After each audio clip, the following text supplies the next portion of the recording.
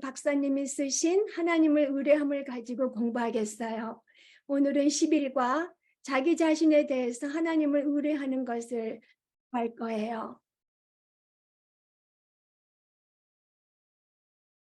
우리가 지난번에 9장과 10장에서 하나님의 본성이 사랑이시기 때문에 항상 완전한 사랑으로 우리를 대해 주신다는 것을 배웠어요.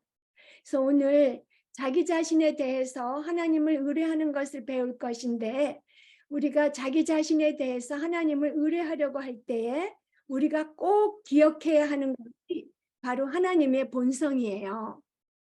하나님의 본성이 사랑이시고 선하시기 때문에 항상 사랑과 선하심으로 우리에게 일어나는 모든 일을 주관하신다는 것을 우리는 기억해야 돼요. 그리고 또 하나님의 지혜는 무궁하시어서 실수하지 않으신다는 것, 어리석은 일을 하시지 않으신다는 것을 꼭 기억해야 돼요. 그래서 하나님의 본성이 사랑이시고 선하시고, 그리고 하나님께서는 실수하시지 않으신다는 것을 기억하면서 11과를 시작하겠어요. 우리들 각자에게는 신체적이거나 성격적이거나 아니면 유전적인 문제들이 있어요. 근데 이 문제들은 우리 안에 있기 때문에 평생 우리를 따라다니면서 고통스럽게 해요. 그러니까 떼어버릴 수 없는 이런 것들이 바로 나 자신인 거죠. 그래서 오늘은 자기 자신에 대해서 하나님을 의뢰하는 것을 알아보겠어요. 먼저 달숙 자매님도 음소거 해주세요. 네. 네. 그래서 먼저 하나님께서 나의 나 되신 것을 정하신 것을 알아보겠어요. 나의 나 되신 것을 정하셨다는 말은 내가 어떤 사람이 될지를 정하셨다는 말이에요. 아까 읽었지만 한 번 더 읽겠어요. 시편 139편 13절에서 16절 말씀인데요. 주께서 내 내장을 지으시며 나의 모태에서 나를 만드셨나이다. 내가 주께 감사하옴은 나를 지으심이 심히 기묘하심이라. 주께서 하시는 일이 기이함을 내 영혼이 잘 아나이다. 내가 은밀한 데서 지음을 받고 땅의 깊은 곳에서 지음을 받은 때에 나의 형체가 주의 앞에 숨겨지지 못하였나이다. 내 형질이 이루어지기 전에 주의 눈이 보셨으며 나를 위하여 정한 날이 하나도 되기 전에 주의 책에 다 기록이 되었나이다. 이렇게 말씀하셨어요. 이 말씀은 하나님께서 생물학적인 과정을 지휘하시고 감독하심으로써 우리 각 사람들을 하나님께서 원하시는 형상대로 지으시는 일에 직접 관여하셨다는 말씀이에요. 그리고 그 중에서 13절을 먼저 알아보겠어요. 13절에 내 내장을 지으시며라고 하셨는데, 내 내장에, 그 내장에 사용된 히브리어는 콩팥을 의미해요. 콩팥은 인간의 가장 깊은 곳, 인간의 내면, 그 갈망과 욕구가 나오는 것을 비유적으로 말하는 것이에요. 그래서 하나님께서 내 내장을 지으셨다는 말은 하나님께서 신체뿐만이 아니라 우리의 내면 세계까지도 지으셨다는 것을 말해요. 그러니까 우리의 육체적, 정신적, 감정적인 면, 이 모두 다 하나님께서 지으셨다고 한 것이에요. 욥기 10장 8절에서 11절을 보면 주의 손으로 나를 빚으셨고 주께서 내 몸 지으시기를 흙을 뭉치듯이 하셨고 피부와 살을 내게 입히시며 뼈와 힘줄로 나를 엮으셨다고 해요. 이렇게 신체적인 것 하나님이 다 만드셨고, 내 내장을 지으셨다는 말은 나의 심리적인 것, 정신적인 것, 그것까지 다, 감정적인 것까지 다 하나님이 지으셨다는 그런 말씀이에요. 그래서 하나님께서 우리를 창조하실 때에 우리에게 특정한 유전자와 염색체를 주셨죠. 그리고 친히 많은 생각과 주의를 기울이셔서 우리의 성격과 성별과 키, 얼굴, 그 모든 것을 만드셨어요. 그래서 하나님께서 우리를 만드실 때 그냥 만드신 게 아니라 우리에게 각자에게 계획과 목적이 있으셨어요. 그래서 우리를 위한 하나님의 그 영원한 목적을 따라서 우리가 어떤 사람이 될지를 결정하시고 만드신 거죠. 또 이제 16절을 보면 내 형질이 이루어지기 전에 주의 눈이 보셨으며 나를 위하여 정한 날이 하나도 되기 전에 주의 책에 다 기록이 되었나이다 라고 하세요. 이 구절은 두 가지로 이해할 수 있어요. 먼저 우리의 수명을 하나님께서 정하셨다. 그걸 알 수 있는 것은 나를 위하여 정한 날이 정해졌다고 하잖아요. 그러니까 수명을 얼마로 정하셨는지 알 수 있고, 그리고 또 알 수 있는 것은 우리가 살아가면서 하루하루 겪게 되는 모든 일이 우리가 태어나기도 전에 하나님의 책에 다 기록되었다고 말씀하신 것을 알 수 있어요. 그래서 먼저 우리의 수명을 하나님께서 정하신 것을 알아보면요. 나를 위하여 정한 날이라고 되어 있는 구절에서 알 수 있는 거예요. 그래서 하나님께서 하나님의 뜻대로 우리를 지으실 때 우리가 사는 날, 몇 날을 살지 미리 정하셨다는 것을 알 수 있어요. 욥기 14장 5절에는 이렇게 말해요. 주께서는 인생에 사는 날과 달수를 미리 정하시고 아무도 그 이상을 살지 못하도록 수명의 한계를 정하셨다고 해요. 그래서 우리는 하나님께서 부르실 때까지 죽을 수 없어요. 하나님이 또 우리가 살고 있다가 부르시면 그 당장 가야 되고 또 부르실 때까지는 죽을 수도 없어요. 그래서 이렇게 우리의 수명은 하나님의 손에 달려 있어요. 그리고 우리가 두 번째로 알 수 있는 일이 우리가 살아가면서 하루하루 겪게 될 모든 일을 우리가 태어나기도 전에 하나님께서 하나님의 책에 다 기록하셨다는 거예요. 그러니까 나를 위하여 정한 날이 하루도 되기 전에 주의 책에 다 기록이 되었다. 이 말씀은 우리 삶에 대한 하나님의 계획이 이러이러하다는 것을 말해요.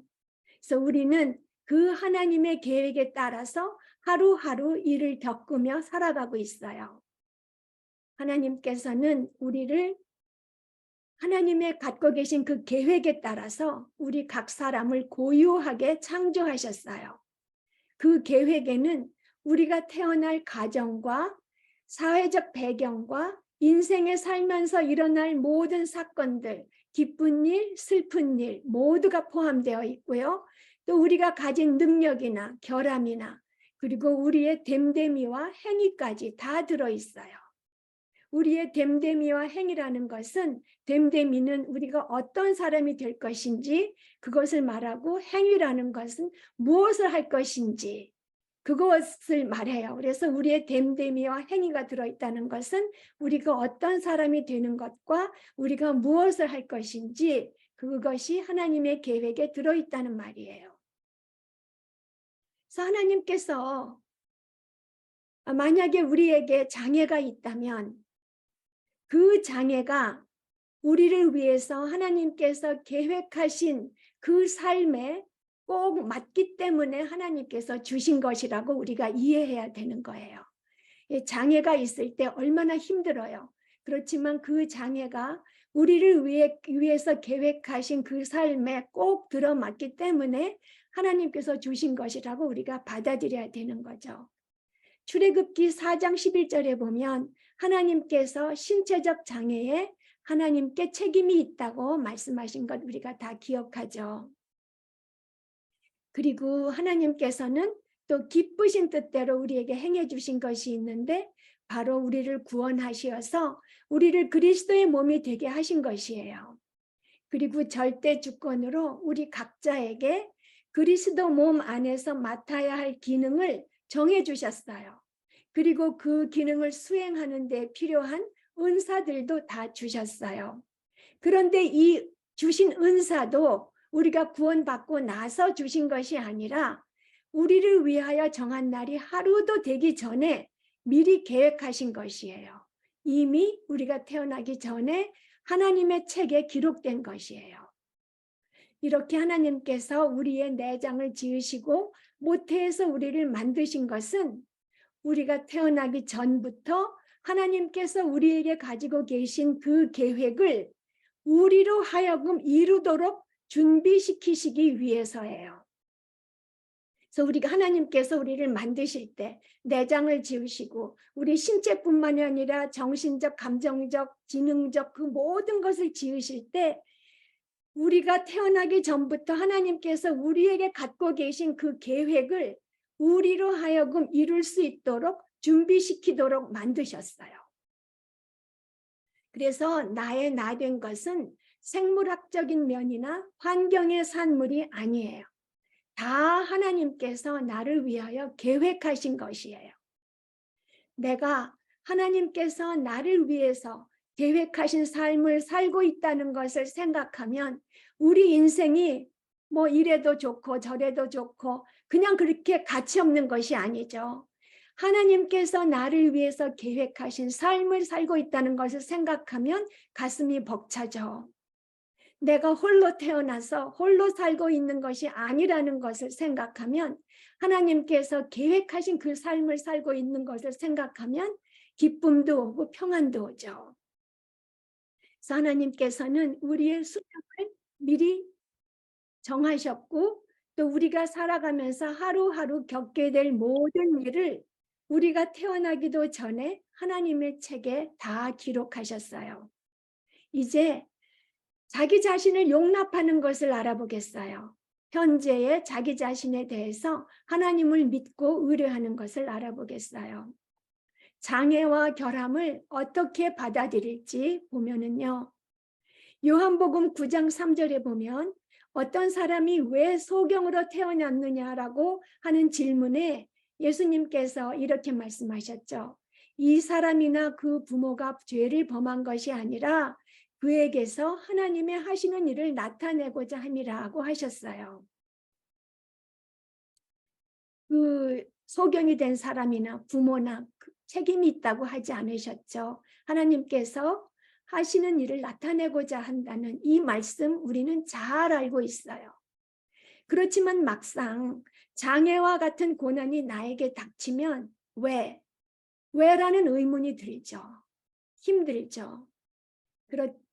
힘들어요. 우리는 하나님께서 우리에게 장애를 주신 그 이유를 알 수 없어요. 그렇지만 우리는 우리 자신의 현재 모습을 그대로 받아들여야 돼요. 자기 모습을 그대로 받아들이는 그 자기 용납이라는 것은 기본적으로 자기 자신에게 있는 육체적 결함이나 장애를 포함하여 모든 것에 대해서 하나님을 의뢰하는 것을 말해요. 그러니까 자기를 용납하는 것이란 기본적으로 자기 자신, 즉 육체적 결함이나 장애를 포함하여 모든 것에 대해서 하나님을 의뢰하는 것을 말해요. 그런데 이렇게 자기를 받아들이려면, 자기 용납을 하려면 우리가 알아야 할 것이 있어요. 나의 나 된 것이 하나님께서 절대 주권을 가지시고 무궁한 지혜와 완전한 사랑 가운데서 나를 직접 그렇게 창조하셨고 나를 그렇게 만드신 것은 나를 사랑하시고 나를 통해서 영광 받으시기를 원하시기 때문이라는 것을 확실히 아는 것이 자기 용납의 기초가 돼요. 그러니까 한마디로 모든 신체적, 정신적인 장애나 결함 그것을 하나님께서 만들어 주신 것이니까 용납해야 된다는 말이죠. 그래서 하나님께서 만드신 나를 받아들이는 데에 어려움이 있다는 말은 하나님과 논쟁하겠다는 말이 되는 거죠. 그래서 우리가 생각하는 그 다 꿈이 있잖아요. 내가 생각할 수 있는 어떤 그런 사람이 되어야 되겠다. 이런 다 꿈이 있어요. 그렇지만 우리는 우리가 생각할 수 있는 가장 멋진 피조물이 되려고 하기보다는 하나님께서 만들고자 하시는 그런 사람이 되기를 원해야 해요. 내가 생각할 수 있는 가장 멋진 사람이 되고자 하기보다는 하나님께서 만드시고자 하는 사람이 되기를 원해야 돼요. 왜냐하면 하나님께서 친히 생각하셔서 친히 만드시고 그 계획하신 것보다 더 훌륭하고 아름답고 귀한 것은 없기 때문이죠. 고린도전서 1장 25절에 이렇게 말해요. 하나님의 어리석음이 사람보다 지혜롭다고 말씀하세요.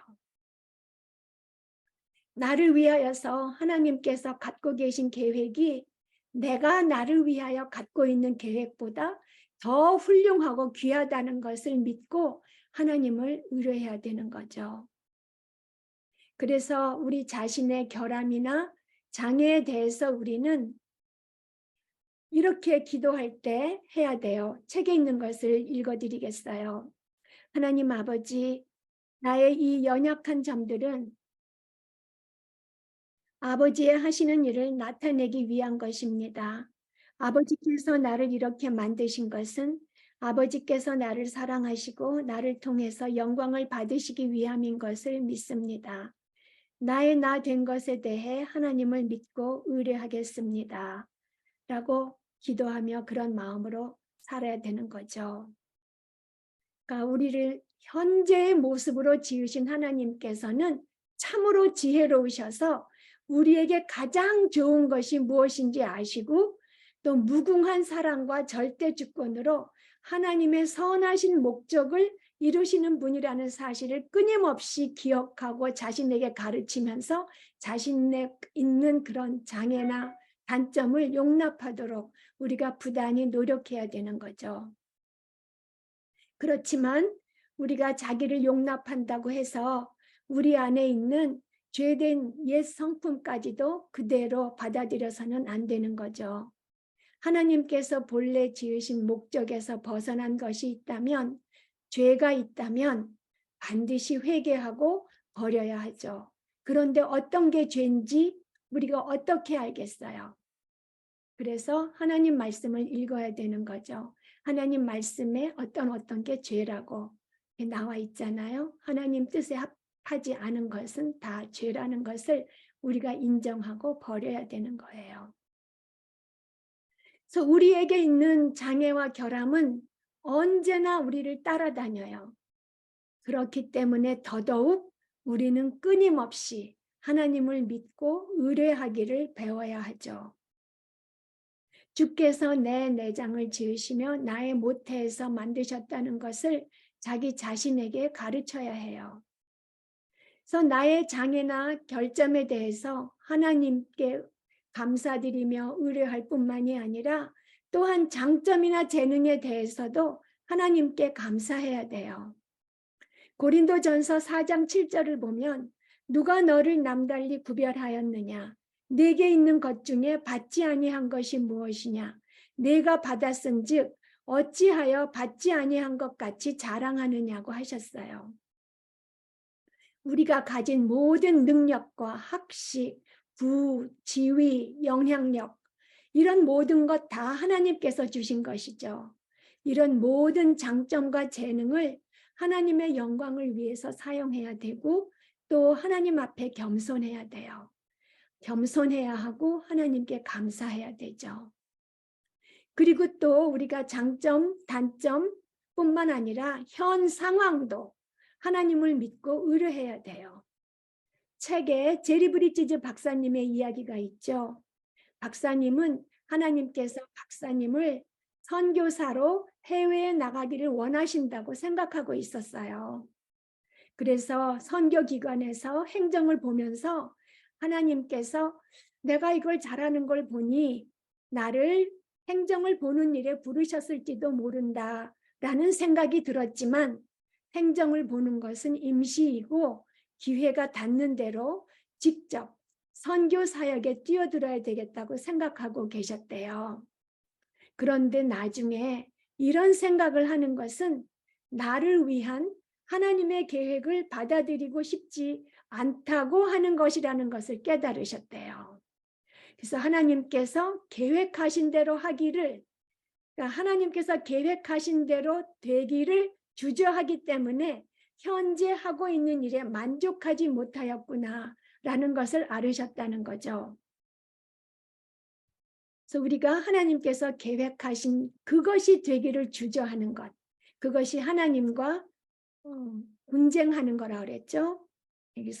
하나님께서 계획하신 대로 되기를 주저할 때에 우리가 현재에 하는 일에 만족할 수가 없어요. 그런데 우리가 잘못 생각하는 것이 있어요. 하나님의 일을 한다는 것을 교회를 섬기거나 선교를 가는 것에 국한시키는 것이에요. 그래서 하나님께서는 교회의 하나님이실 뿐만이 아니라 사회의 하나님이세요. 그래서 하나님께서는 목사들만이 아니라 일반 성도들을 위해서도 그 날들을 미리 정하셨어요. 그래서 어떤 일을 하든 하나님께서 정한 일을 하는 것은 하나님의 일을 하는 것이에요. 어떤 일이든 하나님께서 정하신 일을 한다면 세속적이라고 여길 필요가 없는 거죠. 제임스 밀러는 이렇게 말했어요. 어떤 일이건 하나님의 계획과 손 안에 들어있다는 것 자체가 훌륭하고도 감격적인 삶을 위한 충분히 영광스러운 조건이 된다. 우리가 삶에서 도달할 수 있는 가장 높은 경지는 하나님께서 우리를 만드실 때에 계획하신 바를 이루는 것이라고 했어요. 우리가 삶에서 도달할 수 있는 가장 높은 경지는 하나님께서 우리를 만드실 때에 계획하신 바를 이루는 것이라고 했어요. 그래서 우리가 일이라고 생각하면 어떨 때는 기쁘게 할 때도 있지만 일에 항상 기쁘지만 않잖아요. 왜냐하면 일이 항상 기쁘지 않은 것은 아담의 범죄로 말미암아 모든 것이 저주받았을 때에 일하는 것도 저주받았기 때문이죠. 그래서 일하는 것도 타락 전에는 성취감과 기쁨을 맛볼 수 있는 축복이었어요. 그런데 타락 후에는 먹고 살기 위한 수고로운 그런 방편이 되었죠. 그렇지만 그리스도인이 되면 일을 보는 눈이 달라져요. 관점이 달라지죠. 일을 양식을 얻기 위한 필요 악으로 보기보다는 사회에 봉사함으로써 일을 함으로써 사회에 봉사하고 하나님을 섬기라고 하나님께서 주신 터전이다. 그렇게 보게 되는 거예요. 사회에 봉사하는 것이고 하나님을 섬기라고 나에게 이 일을 주셨구나. 이렇게 생각하게 된다는 거죠. 그래서 우리가 일을 할 때에 어떤 마음으로 해야 하냐 하면은 골로새서 3장 23절과 24절을 보면 무슨 일을 하든지 마음을 다하여 주께 하듯 하고 사람에게 하듯 하지 말라. 이는 기업의 상을 주께 받을 줄 아나니 너희는 주 그리스도를 섬기느니라. 꼭 교회 일을 하거나 그러지 않아도 우리가 하는 일에서 주 그리스도를 섬길 수 있다는 말이죠. 그래서 우리가 맡은 일을 할 때에 마음을 다하여 주께 하듯 해야 하고요. 어떤 일은 좀 몸이 건조하고 지겨운 일도 있어요. 몸이 건조하고 지겨운 날이라도 이 모든 날들이 우리에게 중요한 것은 하나님께서 그 날들을 정하셨기 때문이죠.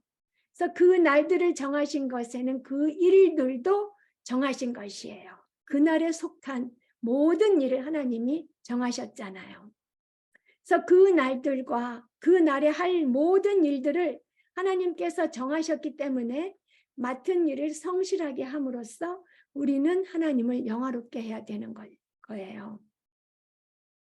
그런데 하나님께서 우리의 날들을 미리 계획하셨다는 이 말은 현 상태를 운명론적으로 받아들이라는 말은 아니에요. 고린도전서 7장 21절을 보면 종에게 한 말인데요. 내가 자유롭게 될 수 있거든 그것을 이용하라고 했어요. 그래서 하나님을 영화롭게 하는 방법으로 자신의 처지와 상황을 개선할 수 있으면 마땅히 그렇게 해야 돼요. 그래서 고난 속에서 그 어려운 상황을 경건하게 받아들이는 것과 우리의 처지를 개선하기 위해서 경건하게 노력하는 것, 그 둘 사이에 균형을 맞춰야 되는 거죠. 또 우리에게 닥치는 고난과 역경은 우리를 위한 하나님의 계획의 일부예요. 그러나 그 고난 속에서 우리가 생각해야 할 것은 예레미야 29장 11절이죠. 우리들을 향한 하나님의 생각이 재앙이 아니고 평안이고 우리에게 미래와 희망을 주시려는 것이라는 것을 기억해야 돼요. 하나님께서 우리가 태어나기도 전에 우리를 위해 정하시고 하나님 책에 기록한 계획은 선한 계획이세요. 우리를 형통하게 하시기 위한 계획이지 우리에게 해를 주시기 위한 계획은 아니에요. 그런데 하나님의 그 계획을 보면 어떨 때는 우리에게 해를 주며 소망을 앗아가는 것처럼 보이는 요소들이 있어요. 그렇지만 그때에 우리는 또다시 믿음의 발걸음을 내디디고 하나님을 의뢰하고 믿고 의뢰해야 되는 거예요. 이제 인도하심에 대해서 하나님을 의뢰하는 것을 알아보겠어요. 시편 23편 1절에서 3절 말씀에 보면 여호와는 나의 목자시니 내게 부족함이 없으리로다. 그가 나를 푸른 풀밭에 누이시며 쉴 만한 물가로 인도하시는도다. 내 영혼을 소생시키시고 자기 이름을 위하여 의의 길로 인도하시는도다 하셨어요. 하나님을 목자에 비유했죠. 그러니까 목자가 양떼를 가장 좋은 곳으로 인도하듯이 하나님께서는 우리를 가장 좋은 곳으로 인도하신다는 것을 알 수 있어요. 그런데 우리가 선택의 기로에 있을 때 하나님의 인도하심을 생각할 때도 있지만 지혜로운 결정을 내려야 되는 그 우리의 책임에 대해서 정말 많이 생각하죠. 그렇지만 성경은 하나님께서 우리를 인도하신다는 사실에 역점을 두어서 말하고 있어요. 하나님께서 인도하신다는 사실이 우리의 책임 위에 있는 거죠. 예를 들면 바울이 전도 여행을 할 때에 하나님의 계획은 바울이 마게도냐와 그리스 전 지역에 복음을 전파하시는 것이었어요. 그래서 이를 위해서 하나님께서는 바울에게 하나님의 뜻을 알려주셨죠. 하나님께서 주도권을 가지시고 구체적으로 인도하셨어요. 사도행전 16장 6절에서 9절에 보면 성령님께서 아시아에서는 말씀을 전하지 못하게 막으시고 마게도냐로 부르시며 인도하셨어요. 그렇게 돼 있죠? 예, 하나님께서는 우리 각자를 위한 계획이 있으시고 그 계획을 성취하시기 위해서 인도하세요. 하나님께서 우리 각자의 갖고 계신 그 계획을 이루시기 위해서 하나님이 우리에게 주시는 것이 있죠. 각 사람에게 서로 다른 은사와 재능과 기질을 주셨어요. 그리고 하나님의 뜻대로 하나님의 몸을 구성하는 각 지체가 되게 하셨어요. 그래서 지체가 된 우리는 그리스도의 몸 안에서 하나님께서 우리에게 주신 기능을 제대로 발휘하고 맡은 역할을 충성스럽게 수행해야 돼요.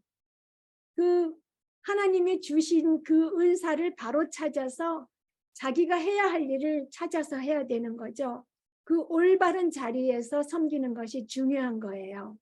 그래서 그런데 우리가 내가 지혜롭게 어떤 자리가 나에게 올바른 자리인가 기도하고 하나님께 의뢰하는데 그 올바른 자리에서 우리가 섬길 수 있도록 하나님께서 주권적으로 우리를 인도하시는 거죠. 그래서 하나님께서 인도하시는 방법은 무궁무진하세요.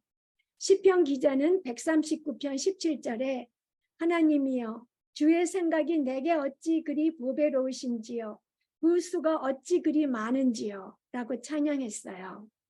그래서 우리가 현재의 상황에 처한 것은 우리가 지혜로운 결정을 내렸거나 하나님의 뜻을 올바르게 찾았기 때문이 아니라 오직 하나님께서 우리를 신실하게 인도하시고 우리를 위해서 계획하신 길로 우리를 인도하면서 이끌어 오셨기 때문이에요. 하나님께서 모든 세세한 일까지도 섭리로서 인도하셨기 때문이에요. 그런데 하나님의 인도하심은 한꺼번에 전부를 다 보여주지 않으시죠. 거의 언제나 한 걸음씩, 한 걸음씩이에요. 그렇기 때문에 더욱 우리는 우리를 인도하시는 하나님을 믿고 의뢰하기를 배워야 하는 거죠. 그래서 하나님을 믿고 의뢰한다는 것은, 그런데 제가 아까 갈림길에 섰을 때 지혜를 구하는 그 우리 책임이 있다고 그랬잖아요. 그런 책임을 무조건 멀리하고 하나님께서 무슨 신비한 방법으로 우리를 인도해 주시기를 기대하면은 안 된다는 거예요. 하나님을 믿고 의뢰할 때 우리의 책임도 하면서 하나님께서는 신비한 방법으로 우리를 인도해 주지 않으시고 섭리를 통해서, 환경을 통해서 인도해 주시잖아요. 그렇기 때문에 믿고 의뢰한다는 것은 책임을 멀리하고 기적을 바라는 것이 아니에요. 그래서 우리에게는 기도하면서 깊이 생각하면서 올바른 결정을 내리고 하나님의 뜻을 발견해야 할 책임이 있어요. 그러면 또 우리가 걱정이 되잖아요. 내가 책임을 제대로 할 수 있을까? 어리석은 결정을 내리면 어떻게 하나? 내가 어리석은 결정을 내리면 하나님의 계획이 이루어지지 않는 건 아닌가? 그런 걱정이 될 수도 있는데, 우리를 향한 하나님의 계획은 우리가 현명한 결정을 내리든 어리석은 결정을 내리든 바뀌지 않아요. 우리의 결정에 따라서 바뀌지 않아요. 하나님께서는 하나님의 때에 하나님의 방법으로 하나님의 길로 우리를 인도해 가세요. 그래서 나의 갈 길이 다 가도록 하나님께서 나를 인도해 주실 것이에요. 하나님의 보좌 앞에 갈 때까지, 하나님의 보좌 앞에 설 때까지 인도해 주실 것이에요. 그러면 자매님들, 하나님의 보좌 앞에 가서 무엇을 자랑하시겠습니까? 내가 지혜롭게 바른 길을 선택한 것을 자랑하시겠습니까? 아니죠. 나의 갈 길 다 가도록 인도하여 주신 하나님을 찬양할 것이 될 것입니다. 찬양하게 될 것입니다. 기도하시겠습니다. 저희들의 내장을 지으시고 저희들을 모태에서 만드셨고 저희들의 형질이 이루어지기 전에 눈으로 보셨으며 저희들을 위하여 정한 날이 하루도 되기 전에 주의 책에 다 기록하신 창조주 하나님을 경배하며 하나님께서 지어주시고 정해주신 저희 자신을 용납합니다. 저희들이 생각할 수 있는 가장 멋진 피조물이 되려고 하기보다는 사랑이 영원하시고 지혜가 무궁하신 하나님께서 만드시고자 하는 사람이 되기를 원합니다. 하나님께서 친히 생각하셔서 만드신 것보다 더 훌륭하고 아름답고 귀한 것은 없는 것을 알고 하나님을 의뢰합니다. 저희들에게 있는 장애도 주님께서 선하신 목적으로 주신 것을 알고 자신을 용납하며 어려움 속에서 더욱더 하나님을 믿고 의뢰하오니 주님 인도하여 주시고 영광 받으시오며 장점도 주님께서 주님의 영광을 위하여 겸손하게 사용하도록 인도하여 주시고 영광 받으시옵소서. 저희들의 선하신 목자이신 예수님의 이름으로 기도드렸습니다. 아멘.